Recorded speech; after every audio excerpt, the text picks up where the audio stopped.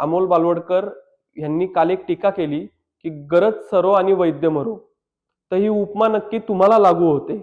ज्यावेळेस भारतीय जनता पार्टीने तुमची उमेदवारी नाकारली आणि तुम्ही दुसऱ्याच क्षणाला कोणताही विलंब न करता राष्ट्रवादी काँग्रेस पार्टीमध्ये जाऊन तुम्ही उमेदवारी घेतली, तर ही गरज सरो आणि वैद्य मरो ही उपमा तुम्हाला आहे. तुम्हाला ज्यावेळेस पक्षाने सांगितलं की आम्ही तुम्हाला उमेदवारी देऊ शकत नाही, पुणे शहरामध्ये असे असंख्य उदाहरणं आहेत की त्यांना यावेळेस भारतीय जनता पार्टीचं पुणे महानगरपालिकेचं तिकीट मिळू शकलं नाही, पण तरी ते पक्षाचे एकनिष्ठ राहिले. आपल्या भागात प्रकाश तात्या बालवडकर, प्रल्हाद सायकर, विशाल गांधिले यांच्यासारखे कार्यकर्ते सुद्धा पक्षात थांबून पक्षाचं काम करतात.